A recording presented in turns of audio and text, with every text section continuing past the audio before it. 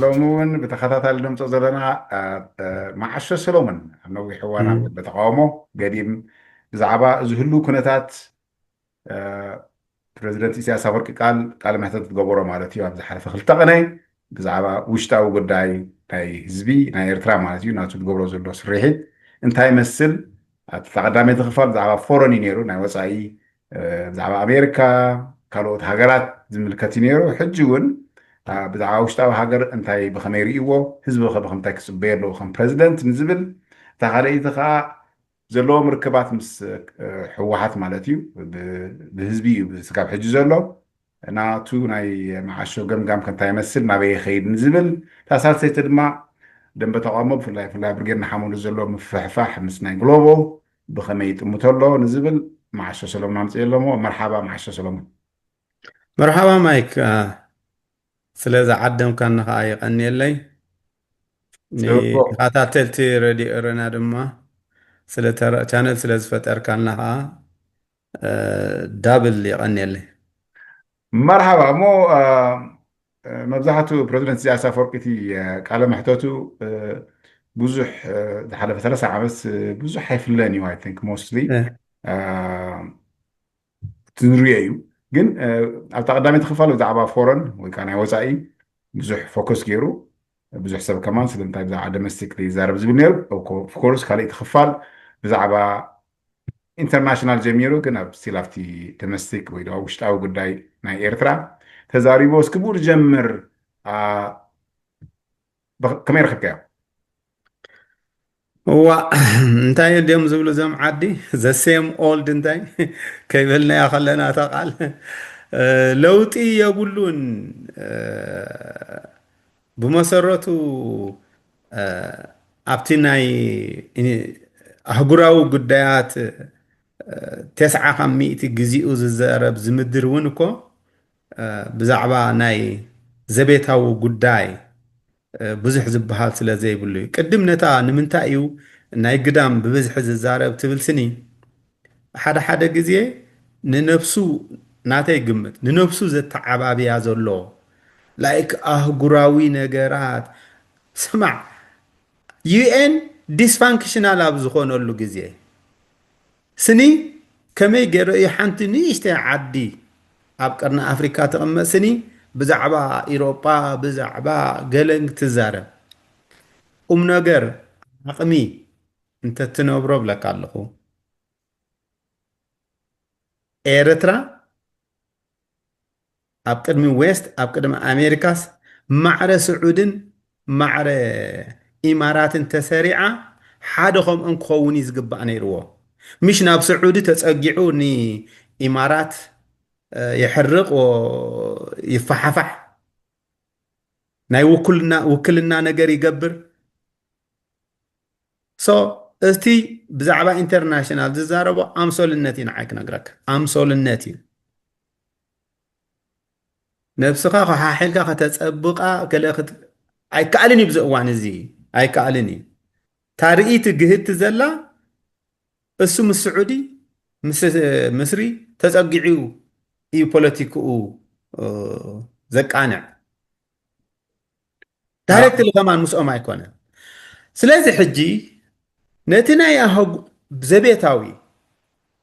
ኣድህቦ ከይገብር ግን ሞር እቲ ሽግርና ብግዳም ዝመፅ እዩ ኣምሲሉ ንኸሪኦ እዩ ዝደሊ ንምንታይ እዩ ኩሉ ግዜ ከዓኒ ዝወሓደ ዝዛ ስማዕ እንዶ 30 ዓመት ንዘይሰምዓካ ደብሪ ኣይትማህለል ድዩ ዝበሃል ህዝቢ ኤርትራ እኳኒ ቀቢፅዎ እዩ እንታይ ኢሉ ክዛረብ እቲ ክብሎ ዘለዎ ጠፊእዎሲ ይብለካ ኣለኹ ብሙሉኡ ነጊሩና ማይ እንተደሊኹም ከይዱ ናብ ማይ ዘለዎ ተባሂሉ ህዝቢ ኤርትራ ልቺ ተደሊኹም ኣብቲ ዳም ናይ ኢትዮጵያ ስፈሩካ ይብሎም የፈሪሐ ዘለኹ ኣነ ሕጂ ሓደ ነገር ኣግሂዱ ተዛሪቡሉ ሕጂ ክነግረካ ህዝባዊ ግንባር በቲ ንከታተሎ ቀደም ኣነ ንስኻ ንፈልጦሲ ናይ ግብሪ ብተግባር ገለ ዝብል ውድብ እዩ ነይሩ ኖ ሕጂ ከዓ ብተግባር ዝተሰርሐ ነገር የለን ይብለካ ኣሎ እቲን ወደባት ኣይሰርሓንየን ሉል ትብልዎን ነበርኩም ሉል ኣይኮናን ሕጂ እሞ ከዓ እንታይ ኢሉ ከይትመፁኒ ንኤርትራ ገጽኩም ህዝቢ ኤርትራስ ከይትገሹ ኤርፖርት የብልኩም ከኣብለካ ጀሚሩ ኣሎ ጥራሕቲ ሃርድ ካረንሲ ለኣኹለዩ ምባል እዩ ቁሩብ ተሪፍዎ ዘሎ ስለዚ ሕጂ ብዛዕባ ዘቤታዊ ጉዳይ ዘይዛረበሉ ምክንያት ጭቡጥ ነገር የብሉን ንህዝቢ ኤርትራ ዘርእዮ ሓንቲ ሙላቕ ኣላ ከነግረካ ሓንቲ ሙላቕ ዘረባ ሂማን ሪሶርስስ ኣለና ሰብኣዊ ዓቕምን ለና የብዝሕ ኣሎ እዚኣ ከዓኒ ንሕና ብጭቡጥ ከነረጋግፅ ኣይንኽእልና ምክንያቱ ካብ ውሽጢ ዓዲ ዝመፅእ ሓበሬታ ስለ ዘይብልና ከምዚ ዶ ክትከውን ጥራሕ ክንብል ዋ ተዳልዩ ዲ ዘሎ ንሓድሽ ወለዶ ኣዳልየ ኣለኹ ዲ ዝብለና ህግደፍ ኣብ ምሟትኡ ዲ ዝብለና ዘሎ ዝሓድሽ ወለዶ ንኤርትራ ብሕጂ ክሰርሓላ ክገብረላ ማለት ድዩ ኣነ ስጋዕ ሕጂ ኢደይ ሕፁብ እዩ ዲ ዝብለና ዘሎ ኣይደኖ ከም ዓቕሚ ኣሎ ፕረዚደንት ኢሳያስ ኣፈወርቂ ናይ ምንታይ ዓቕሚ እንታይ ክብለካ ደለ ክዛረብ እንድሕር ደልዩ ውሽጣዊ ጉዳይ ናይ ኤርትራ ኣበይ ከይድ ኣለዎ ብዝወሓደ ገይሮም እንተበሎስ ከም ፖለቲሻንስ መብዛሕትኦም ፖለቲሻን ትፈልጦ ኢኻ መሓሾም whether they did it or not እቲ ፋክትስ ኣብ ጋዜጠኛዊ ምሻልካት ፋክትስ ኣብ ግራውንድ ኢኻ ትሪኦ ሓደ ሰብ እንድሕር ናፃነት ናይ ፕረስ ኣለካ ወይ ናይ ካልኦት ፖለቲሻን ኣለካ እዚ ተገበረን እዚ ጌጋ እዩ ዝብለካ ኣሎ ኣብ ኤርትራ ሓደ ስርዓት እዩ ዘለካ ሓንቲ ጋዜጣ እያ ዘላ ኮሽን ማርክ ዝገብሮ ጋዜጠኛ የለን ወላ እዛ ጋዜጣ ዘላ ብስርዓት ትኸይድ እያ ውሽጢ ጆርናሊዝም እውን ኣይኮነን ብሓቂ ንሕሪኢኻዮ ቸክን ባላንስስ የለን ግን ካብ ምንታይ ተላዒሉ እዩ ማለት እዚ ከም መራሒ ይሪኦም ኣሎ ኩሎም መራሕቲ ብዝለኣሰ እዚ ጌርና እዚ ተዓወትና እዚ ካ ክንዕወት ኢና ንምብል ናይ ተስፋ ነገር ክህብ ደይክእል ኣይኮነን ኣይ ቲንክ ከም መራሕሲ ነዊሕ ዓመታት ሰሪሑ ኣብ ተወሰነ እዋን እውን ክዛረብ ከሎ ኣብ ተሰዓታት እርሊ ድሕር ሰሚዕኻዮ ከም መራሒ ዋላ ብዛዕባ ህዝባዊ ግንባር ዕላምኡ ናይ መፃኢ ነግረና ነይሩ እዩ ኣብቲ እዋን እቲ ሕጂ ዓቕሚ ደይብሉ ኢልካ ዶ ትሓስብ ዋላ ንዕቐት ወይ ድማ didn't I don't know what do you think ብርክን ዓይ ሓደ ሰብ ክፈልጦ ይክእል ንዚ ከምዚ ዓይነት ክትብሎ ትኽእልና ኢሳያስ ነዊሕ ዓመት ፀንሐ እነን ሓንቲ ነገር ንዓይ ብብርህቲ ትረኣየኒ ነገር ኣላ ክነግረካ ብሰዓት ስለምንታይ ስኾም ዝገብር ዘሎ ንህዝባዊ ልዕሊ ቅድሚ ንኤርትራ ምድኻሙ ንህዝባዊ ግንባር ሓሙኽሽቲ ገይርዋ ዝሰብ እዚ እታ ናይ ተግባር ብተግባር እታ ካብ ሱዳን ኣብ ሱዳን ኮለና ኮ በዓል 87 88 ምዕባለ ኣብ ገድሊ ኤርትራ ኣብ ሳሕል ከይዱ ከኒና ክስራሕ ይርኢ ነይሩ ሰብ ተግባር እሱ እዩ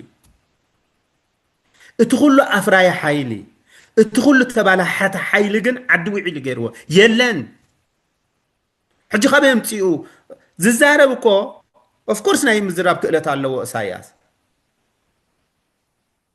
ኦፍኮርስ ናይ ምዝራብ ክእለት ኣለዎ ናይ 50 ዓመት ኣቦ ወንበር ኮንካ ፕሬዚደንት ኮንካ ትኸይተለካ ስኒ ኦንሊ ብፅፉፍ ትገብሮ ነገር ሲት መዳራይ ምዃን እዩ እሳ ክገብር ክእል እዩ ደይብልካ እንተኾንካ ግን ዛሰት ዘይብላ ዶ ኮኒ ካብ እምኒ ትተርር ትፀንዕ እኮ እዩ ዝበሃል he has nothing to offer to say ንህዝቢ ኤርትራ ህዝቢ ኤርትራ እኮ ጠምዩ እዩ ዘሎ ንዝጠመየ ህዝቢ ባነ እንተደይ ቀሪብካሉ እንታይ ደኣ ክትብሎ ደኣኒ ሓፅብታት ሰሪሕ ኣለኹ ዲጋታት ሰሪሕ ኣለኹ ጥራሕ ክብል ህዝቢ ከዓ ይርአን ኣሎ ሰን ንዕን ክዛረበሉ ይክእልኒ ኣብ ዓዲ ሃሎ ፍሩታ ምስ ህዝቢ ዓዲ ሃሎ ክኣረ ውዒሉ ክጫኹር ውዒለ ኢሉ ክነግሮ that is what he is doing ኣብኡ ኮይኑ ሕጂ እንታይ ይኽብለካ ደልየ I don't think እቲ ቀደም articulated ዝኾነ መዳራይ ዕድመውን ዘርከቦ እዩ ኮይኑ ዝስማዓኒ ንዓይቲ ተሊዘቱ ኣብዛ ናይ ሕጂ መደርኡ ብዛዕባ ዘቤታዊ ክዛረብሲ ፅባሕ ዶ ክንገብራ ክብልዎ ከለዉ ስኖ ኢልዎም እመነኒ ቶም ጋዜጠኛታት እሱ ንፅባሕ ከይተሰማምዖም ንፅባሕ ክንገብራ ኢና ኣይምበሉን ሰብኣይ ግን ረሲዕዋ ሰው ክንቀይራ ኣለና ኢልዎም እዚ ንዓይ የርእየኒ ሂ ኢዝ ኖት እቲ ሻርፕ ቀደም ይሕመቕ ይፀብቕ ስሙዝ ቶከር ዝነበረ ኣይመስለንን ብዛዕባ ጂኦሎጂ ክዛረብ እኮ ይደርገፍገፍ ኢሉ ነቲ ቃላት ክሓውሶ ጀሚሩ ንፅሩነት ኣይነበሮን ኣብቲ ዘቕርቦ ዝነበረ ርእስታት ከማ ንፅሩነት ዋላ ኮንፊደንስ ከም ዘይነበሩ እዩ ዘመልክት እዚ ስለዚ በታ ሕቶኻ ንምምላሳ ግን ህዝቢ ኤርትራ ቀደም ስለ ዝቆበፆ ዘይተምዖ ዘይተኸታተሎ በዝሕ ካብ ዝተኸታተሎ the only people ዝከታተልዎ እቶም ዩቱበርስ እተን ውድባት እተን ምንቅስቃሳት ዓዲ ውዒለን ከይንበሃል ኢሉ እንዳበልና ንዕኡኮት እንዳከበርና ክንዛረብ ንውዕል ኣብ ክንድናና ኣጀንዳታት ንሰርዕ ኣብ ምትንታን ፖለቲክስ ናይ ፎረን ፖሊሲ ብዛዕባ ኣብዚ ናይ ወፃኢ ዘሎ ጉዳያት ናይ ኣሜሪካ ድዩ ዋላ ናይ ሱዳን ድዩ ዋላ ናይ ኢትዮጵያ ድዩ ዋላ ናይ በዓል ኤመሬት ድዩ ኣብ ምትንታን ብኸመይ ትሪኦ ብርከሲ يعري الفولت السوق قدامنا سلو ذهبودي أتوقع سلو ذهبودي سجاب بدقيق عينت كزارب كله تنا حجينا فورن تريال لخذنا إذا عاوز السودان دخلت خفالو ناي سودان تنكيفوي ناي سودان حد بايم جميرو أو دي فوكس وأو دهب كوينو نسترب أو وشت أو قدرات مع بعدنا هاجر تمرتاوديو هرشاوديو حكم الناديو بقوم سلو زخونة ديو مور أفلوتو عمتنتان ناي foreign policies or law more كتبتن كل تاريخها يا بدك فلتوي هو الكاتاتولين what do you think of that no يكاتاتولون ديو specifically أنا من تاي يكاتاتولون مثلا كأتزوبازي زوبع عقرقر كوين زلوا زوبع عقرقر كوين سلو زلوا اتعقرقر تخاني نيرترا heavy لسلا زسقلوا ككاتاتولو قدناتيو حجي زلو ግን بمعرت السوزو مدرودي تي importance ناتو ويسترن بعبيو امريكا سني بسجر قيح بحري سعودي عربيان اسرائيلن حيزن كله سجرنا ويست سايد ناي قيح بحر ايجيبت تاكل حجر حيزو خلو سني متى يزاربوسو بشي ني إرترا زسررا نهزبي إرترا كاب كله شجراتو أجلاجيل مستر هوز فترلو نجار نتاعي مقنا مسلكا نيوترا زي شراو مرجس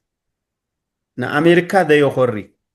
نو بعرشان تشاينا ده يخوري أنا تقمخوم أي تنكفوني كربوني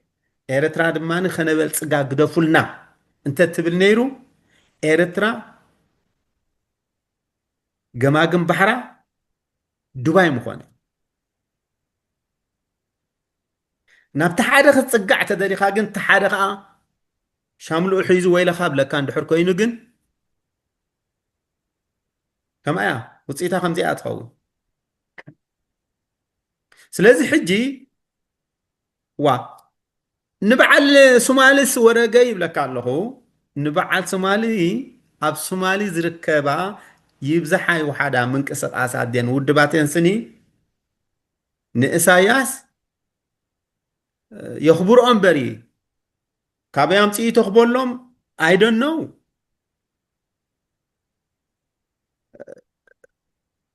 يسمعوه كمان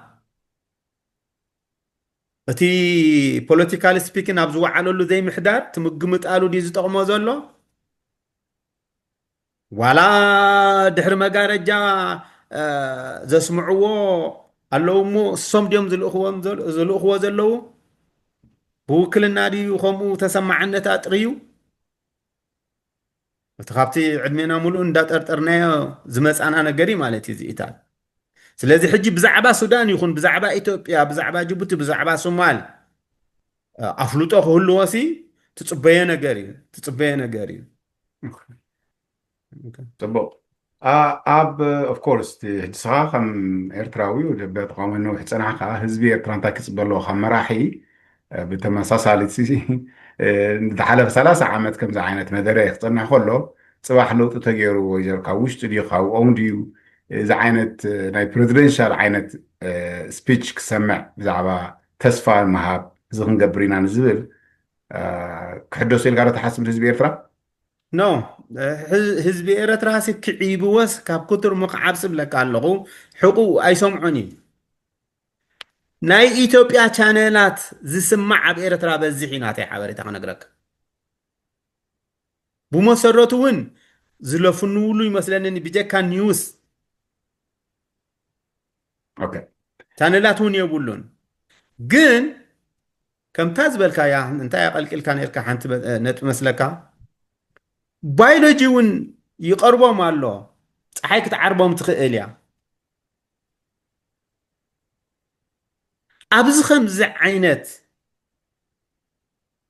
ሃገር እዚ ዓይነት ዝካየዳ ዘለዋ ሃገር እሞት ዞባና ከዓ ዞባ ዕግርግር ከሎ ህዝቢ ኤረትራ ብኤሊታቱ ብምሁራቱ እንታይ ክገብር ኣለዎ ዘይ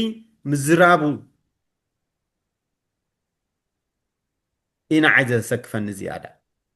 እሱ ኦረዲ ፈሊጥናዮ ኢና ብሓይሊ ኣልጉስኒ ኣንበርኪኹኒ ተደይ ኮይኑ እሱ ሓልዩ ንህዝቢ ኤረትራ ዝምጠወሉ ፅቡቅ ነገር የለን ሕጂ ስለዚ ሕጂ እቲ ሃገር ከምዛ ዝበልካያ እዚ ኣብ ዲያስፖራ ዘሎ ኤሊት ይኹን ምሁር እዚ ሃገር ኣብ ዕግርግር ዝዓሰሎ ዝዓብለሎ ዞና ስለ ዘላ እቲ ዲክታተርያዊ ኣካያይዳ ድማ ንሃገርና ነፂልዋ ስለ ዘሎ ንህዝቢ ከይተረፈ ኣብ ጉዳዩ ስለ ዘየዋስኦ ህዝብን ሃገርን ኣብ ሓደጋ ካይወድቕ ዘይምዝታዩ ብሓባር ዘይምዝታዩ ኣብ ገገዝኡ ኮይኑ ኣይሓስብን ኣይቕዞም ዝምና ኮንክን ዝብ ዘለኹ ኣብ ናይ ሓባር መጋባእያ ተረኺቡ እንታይ ንግበር ኢሉ ዘይምዝታዩ ኢና ዓይዘ ዘሰክፈኒ እምበር ሱዳ ስርሑ ውዳእ ኣሎ መራሕብ ኣብ ምስ ሕወሓት ዘለዎም ርክብ ኣብ ሰዓት እዚ ፍላይ ሕወሓት ሕጂ ኣብ ዝሓለፈ 2-3 ቀን ተሰምዑ እንተቅድቀኒ ከዓ ስርዓት ኢትዮጵያ ብላይ ናይ ዓብይ ፈኸራታት ናይ ከበድቲ ምለስዎን ምስ ኤርትራ ኮይኑ ከም ክሃርቡና እዮም ዝብል ዋላ ኣብ ከይተረፈ ጥርዓ ነርኢ ኣሎ ስኽፍታታት ተሕድሩ ኣሎ which is begin with ባዕሉ ድጀመሮ ናይ ውግእ ከበሮ ይመስለኒ ዓብይ ርክብ ኣብ መንጎ ክልቲኦም ዘሎ ሕጂ ከመይ ይመስል በኣኻ ኣብ መንጎ ስርዓት ኤርትራን ሕወሓትን ኣይኖ ኦፊሻል I don't think ኣላው ክኾን ኣይክእሉ ኦፊሻል ክገብሮ እንተኮይኖም ሓደ ነገር ክጅምር ኣለዎ መስለኒ በቲ ናይ ፕሪቶሪያ ውዕል መንግስቲ ኢትዮጵያ ጥራሕ ክራኸብ ዝኽእል ምስለን ስርዓት ኤርትራ መንግስቲ ኤርትራ ራይት ኣብዚ ሰዓት ናበይ ከይድ ኢልካ ትሓስብ ኣብ ዘሎ እዋን ኦኬ ብተመክሮ ክነግረካ እዚ ጀብሃ ተሳዒርና መሬት ሱዳን ምስ ኣተና ህዝባዊ ግንባርሲ እንታይ ገብር ነይሩ መስለካ ብተናፀል ነተን ውድባት ዓዲሙ ፅመዳ ምሳይ ይብለን እታ ፅምዶ ግን ምዕምጣር እያ ተኣቱ ሰራዊትኩም ትቡና ናኩም ጉዳይ ቀሲልና ንሪኦ ብሎም ንገሊኦም ከዓኒ 10% ሃብቲ ስልጣን ፈየብለሎም ይህበሎ እቲ ተመክሮ ናይዚ ርእሰ ዲክታተር ብሽምፅምዶ ምዕምጣር እዩ ብሽምፅምዶ ትእዛዙ ምኽባር እያ ንዓ ካብ ዝተመክሮ እዚ ሕጂ ምስ ወያነ ዝገብርዋ ዘለዉ ኸ ቅድም እዚ ሓይሊ ምስኡ ፅምዶ ዝብል ዘሎ ብመገዲ እቲ ፓፐት መን ሽሙ ኣወት ስዒድ ኦኬ መስፍን እዚ ጌታቸው ረዳ እዩ ጀሚሩ ምስ ኣምሓሩን ምስ ኤርትራን ክራኸብ ወያኔ ግን ይጥርጥርዎ ስለ ዝነበሩ እዚ ናተይ ትዕዝብቲ ይጥርጥርዎ ስለ ዝነበሩ እታ ሱ ምስ ኢሳያስ ዝጀመራ ምርኻብ መዓልታዊ እቲ ርጡብ ሓበሬታ ክውን ሓበሬታ ይረኽቡ ድዮም ኣይረኽቡን እንዳተጠራጠሩ ምስ ከዲኦም ባዕሎም ኣትዮም ጀነራላቶም ሰዲዶም ብመገድራማ ሕጂ እታ ቀዳመይቲ ንዓይ ዝመፅህኒ ሓሳብ ወያኔ ብኣብይ ካብ ዝብልዑ ኣብቲ ባይተ የለውን መቂልዎም ከዓ ንበዓል ጌታቸው ረዳ ከሲብሎም ኣሎ ስለዚ ወያኔ ኣማውቲ ኣኻየ ከተፀብቕ ከይተኽፍእ ናብ እሳያስ ክትፅጋዕ ኣለዋ ነዚአ ዝብለካ ዘለኹ ተመኩሮና ብዛዕባ እዚ ርእሰ ዲክተተር እዚ ብሽም ድምፅምዶ ምዕምጣር እዩ ንወያኔ ግን ኢንፋክት ከይትብላዕ ሕቆ ኾነ ኣሎ ተርዲኻን ኣለኻ ሞር ከማን እዚ ፅምዶ እዚ ሪል ፅምዶ እንድሕር ብውሽጦም ይኸይድ ኣሎ ሲ ወያኔ ኣብ ሞር ተራባሒት ንዓይ ሓንቲ ነገር ኣላ ግን ሓንቲ ነገር እቲኣ ምፅማዶም ምስ ዓብይ ውግእ ተትርፍ እንተኮይና ግን ቁም ነገራዊት ምክንያቱ ህዝቢ ኤርትራ ደቁ ኣየጥፍእኒ ህዝቢ ትግራይ እውን ደቁ ኣየጥፍእኒ ኦረዲ ዝኸሰርናዮ ዝደመናዮ ውሕድ ስለ ዘይኮነ እዚ ንዓይ ዝረኣየኒ ብኣና እውን ሓደ ሸነኽ ከዓ ማለት እዩ እሶም ይድሕኑ እቲ ውግእ ከዓ ይተርፍ እንድሕር ኣሎ ህዝቢ ኤርትራ ይረብሕ ስለ ዘሎ ጣቋ ዘለዋ እያ ክትብላ ትኽእል ኣት ዘ ኤንድ ኦፍ ዘ ዴይ ማለት እዩ ኣስፋር ውግእ ኣቮይድ እንተኮይኑ ኣብዚ ሰዓት እዚ ነራሰብ ዘልካሎ ክጅምር ከሎ ብኤርትራ ይጀሚሩ ብዓሰብ ይጀሚሩ ብባሕሪ ይጀሚሩ ኦልሞስት ዓመትን ገለና ሓሊፉ ዓሰብ ክንውንና ነው እዚ መቻለካት ማልቲ ላይ ዝገብሮ ፕራይም ሚኒስተር ኣብይ ብቐፃለት ብኤርትራ ይጀሚሩ ልዕላውነት ናይ ኤርትራ ምድፋር ማለት እዩ እቲ ሓይልታቱ እቲ ዘለዎ ብረት ኩሉ ኣስቤዞ ኣብኡ ከም ምውዓል ማለት እዩ በኣና ብምጅማሩ ንኤርትራ እውን ብልዕላውነት ሃገር ክነረካ ደለ ፅምዶውን ረብሓውን ክህልዋልካ ይትሓስብን ንምሳሌ ብሰዓት እዚ ሕወሓት ፀቢሮም ተዝኾኑ ምስ ፌደራል ውድንችትንክ ስኻ ኤርትራ ኣብ ሽግራዊ ማእትወት ኢልካ ትሓስብ ዝኾነ ውግእ ንኤርትራ ብሽጉር የውድቃ እዩ ወያነ ይፅመዱ ኣይፅመዱ ዋላ ስቕኳ ክብሉ ክእሉ ነይሮም እዮም ኢዶምን እግሮምን ኣጣሚሮም ድላይካ ግበር ኣብዪ ክብሉ ክእሉ ነይሮም እንዲኦም ግን ንወያነ ጨሪሱ ክስዕራ ስለ ዝደለየ ኣብዪ እቲ ስቂልካ ምርኣዩ ንኤርትራ ድላዩ ይግበራ እንተደልዩ ዓሰም እንተደልዩ ካልእ ምባል ግን ንዕኦም ኣብ ዓብይ ፖለቲካዊ ስጋት እዩ እትይዎም እዚኣ ካይትገገ ስለዚ ሕጂ ንወያኔን ንህግደፍን ናይ ዊን ዊን ሲትዌሽን እዩ ኢኻ ትብል እምበሪ እሳቶም እቲ ዝለዓለ ስግኣቶም ንዕኦም ምጥፋእ እምበር ንኤርትራ ብዝኾነ ሕጋዊ ተደፍራ ከም ዘይክእል ዓሰብ ሓሳቦምን ንሓዋሩን ከም ዝቐበፅዋ ይፈልጡ እዮም ኢትዮጵያውያን ምናልባት ሕጂ በዓል ቀፅል ሕጂ ብዝኾነ ሕጋዊ መዐቀኒ ንዓሰም ብሓይሊ ክወስዳ ኣይክእልን እዩ ብሕጋዊ ኢና ዝብል ዘለና ሓይሊ ተጠቂሙ እንድሕር ፈቲኑ ከዓኒ ኣይ ዶንት ቲንክ ንኢትዮጵያ ከማን ከማእዝና ዘይከኣለ መንግስቲ እንትርፋዕ ዓቕሊ ፅበታዊ ስጉምቲ ክወስድ ናይ ብሓቂ ንኩሉ ቁሱን ኢኮኖሚኡ ትበል ውሽጣዊ ውግኣቱ ከማ ናይ ሰዓረን ኣሎ ናይ ኣምሓራን ናይ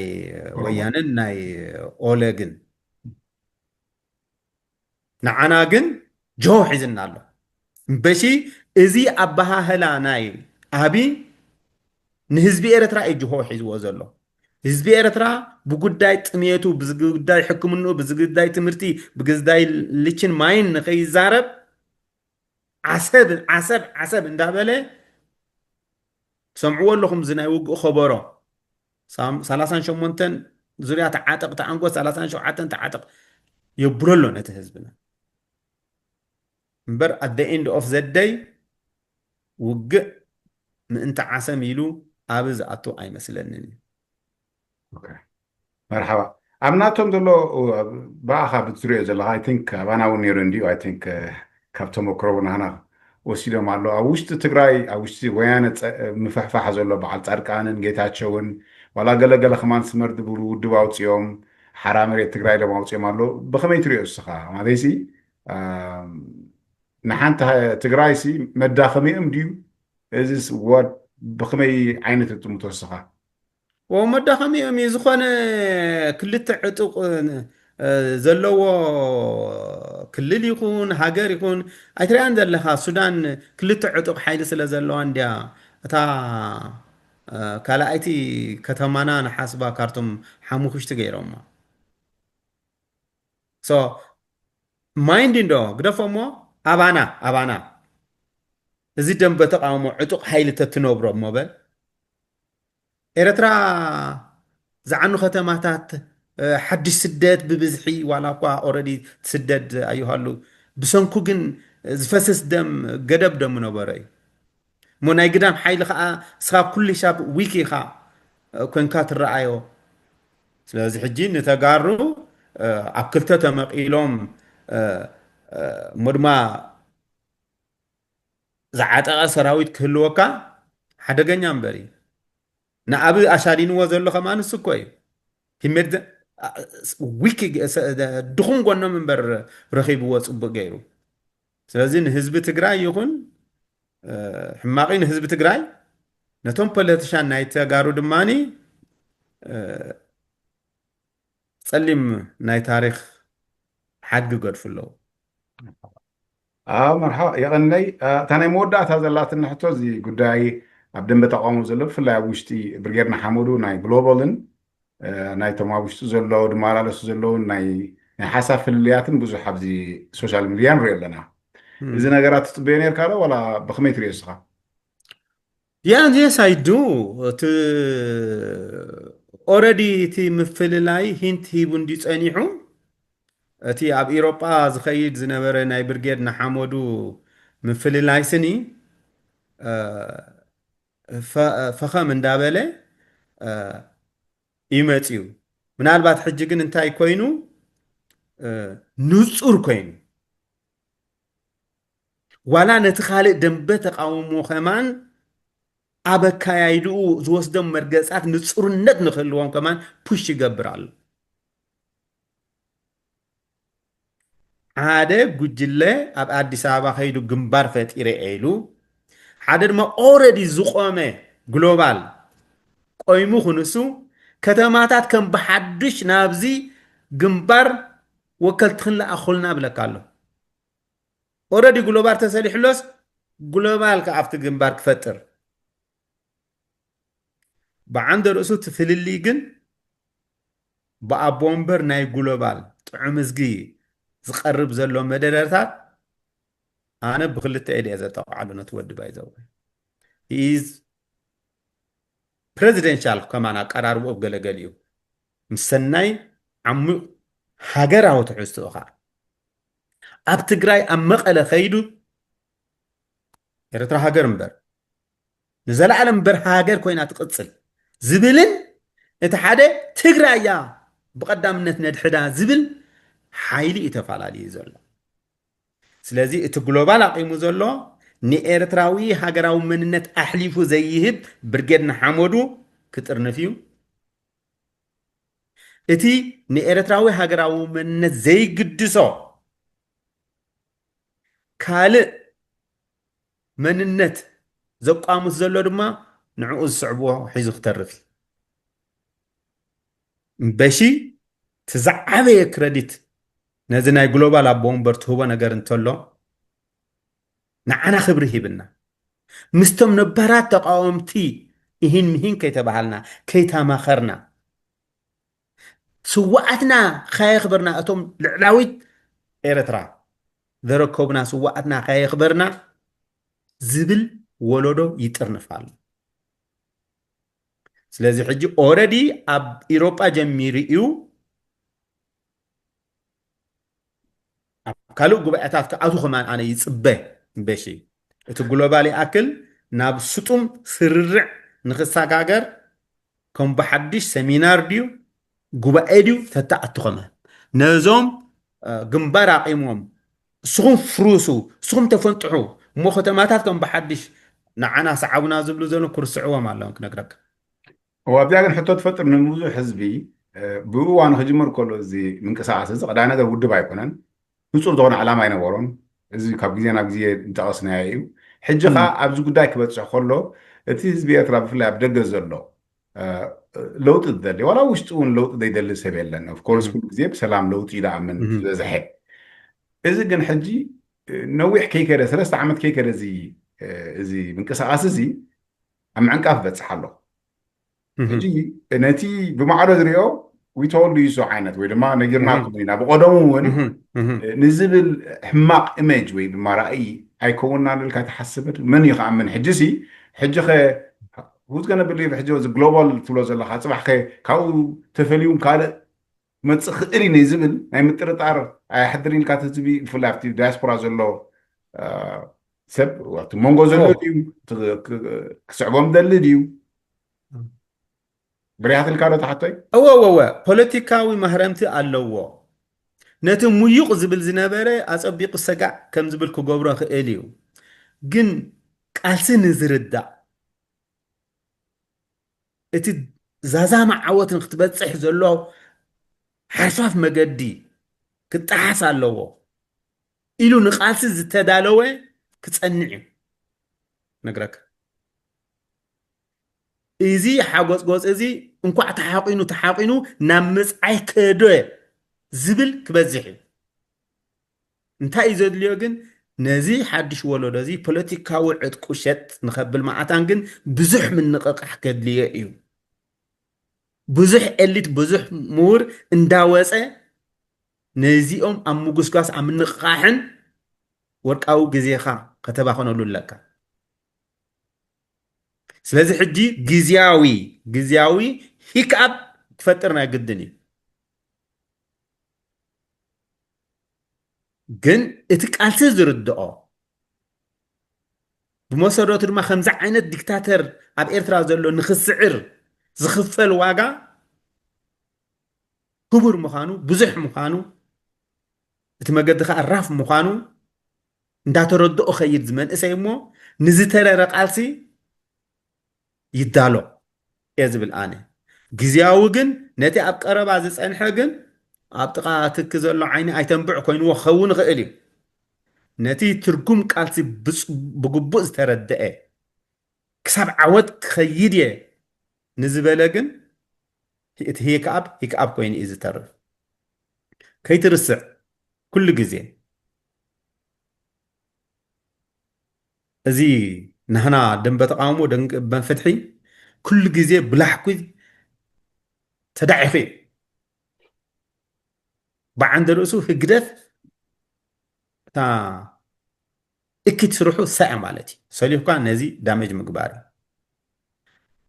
the same thing ناي قدام صبو غيريو دعفو ندم بتقامو ناي وياني ناي هادقن متأتتا سلازي حجي قليقو لأخ مخانو خي ترسع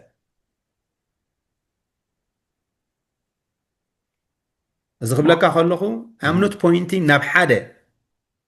أبو سايدس نزي تلعيدو زلو من إساي مورالو بايتان خزبت كاب قالت عدو عنو خخون زتلاقو أوكو هلو يا بمولو زيا أنا أندرلاين أسمر الليل نزيا بمولو اكستريم زخونه بزعبا إرترا ززاروبون زسرحون بمولو معي حتى ملكت يزنبو زخونه اكستريم إرترا خطفع اللوا خطعنو اللوا كمزي ناي قال هيمانوتات سبكو كوين زلو إذا حد النبر العالم تقنت إلى أبسايد داونس حدث عالم كتفت كم أوزبل إرترا وبساعات زي نعي ناي كوني إلو زقاقة زلو قلعوي بوليتيكا سلازفلت راح نو لؤخي نعي حزبي إرترا بايتو كقوم ليتن معلتن اندات تصبيه ኤርትራ ክትግዛእ ኣለዋ ሰቦ ካብ ኩሉ ከነስተብህለሉ ዘለና ዝኾነ ይኹን ኤርትራዊ ሓይሊ ምስ ናይ ኣሜሪካ ስትራቴጂ ክሰርሕ እየ ዝብል አንድነታዊ ንዓይ ኤኒባዲ ወይዘሮ ኣሜሪካ ሃሉ ኣሜሪካ ንኤርትራ ኩሉ ግዜ ኣብ ትሕቲ ኢትዮጵያ ክትምለስ እዩ ዝደሊ ታሪክና እሱ ሰኒዱ ስለዚ ዝኾነ ይኹን ኤርትራዊ ሓይሊ ምስ ኣሜሪካ ኮይኑ ንኤርትራ ከስርራኤ ዝብል ሓሶት እዩ ምስ ስርዓት ኢትዮጵያ ኸ ወርስት እቶም ንኢትዮጵያ ዝኸዱ ዘለዉ እኮ ኣሜሪካ ተስፋ ስለ ዝሃበቶም እዩ ከይትርጋገ የብል ኣብዚኣ ክንጋገ የብልና I don't see it ኢሳያስ ምስ ኣሜሪካ ስለ ዝተባእሰ ይኮነን ንኢትዮጵያ ዝኸዱ ዘለዉ ዋላ ገለ ኖ እቲ ዌስት ብኣሜሪካ ዝምራሕ ዌስት ገለ እንተ ገበረልና እኳ እዩ ኣነ ትማሊ ሎሚ ፅባሕ ድሕሪ ፅባሕ ዝዛረባ ደጀና ህዝብና እዩ መንጠሪ ባይታ መንእሰይና እዩ ኣብ ህዝቢ ኤርትራ እመን ኣንታ ተቃዋማይ ምንቅስቃስ ዲኻ ውድብ ዲኻ ብኢትዮጵያ ትመፅእ ኤርትራ ጎደሎ እያ ኩሉ ሻብ ብኣሜሪካ ተፀጊዕካ ትመፅእ ኤርትራ እውን ጎደሎ እያ እዛ ኤርትራ እዛ ኢሳያስ ዝገብራ ዘሎ ኤርትራ ኢኻ ተምፅእ መርሓባ ካብኣ ተሓይሽ ኤርትራ ይትፈጥርን ኢኻ ኣምተልን እዩ ኣሜሪካ ኩሉ ሻብ ኣስፋሕፋሒ እዩ ኣስፋሕፋሒ ባህርያቱ ድማኒ ምክኤልን ማዓሸን ሕመድን ስዒድን ቀይሕ ባሕሪ እተው ይግድሶን እዩ ሶ እቲ ኤሊት ኤርትራዊ እቲ ምሁር ኤርትራዊ እዩ ሕጂ ኪኖ ኩሉ ሽርሕታት ሓሲቡ ንኤርትራ ዘድሕነ መርሓባ የቀኒለይ ማዓሾ ኣይ ቲንክ ዘን ሕቶታተይ ኩለን መሊስካየን ኣለኻ ናይ ብሓቂ ደመስክነካ በዚ ለይት ምሸት መፂኻ ብዚ ቃለ ነው ንእሽተይ ብዛዕባ ናትካ ፐርስፔክቲቭ ወይ ሓሳብ ክገልፅ ምምፃእኻ ብጣዕሚ እየ ደመስክነካ የቀኒለይ ማይክል በቃ መወዳእታ ሲምፕሊ ህዝቢ ኤርትራ ብፍላይ ኣብ ዲያስፖራ ዘለኻ ኤርትራ ውሽጣ እንታይ ትኸውን ኣላ ፖለቲካዊ ዕሙቕ ዝበለት ፖለቲካዊ ትሕዝቶ ካብ ዓዲ ስለ ዘይትረክብ ንኽትረክብ ኣይኮንካን ትፅበ ሕጂ ተጋቢእኻ ብሓባር እቶም ንኤርትራ ብኤርትራውያን ጥራሕ እያ ትድሕን ትብል ምስ ኣስፋሕፋሕቲ ከይተፀጋዕካ ንኤርትራ ከተድሕን ትደሊ ተጋባእ ምስ ውሽጢ ዓዲ ዘሎ ኮኔክሽንካ ፍጠር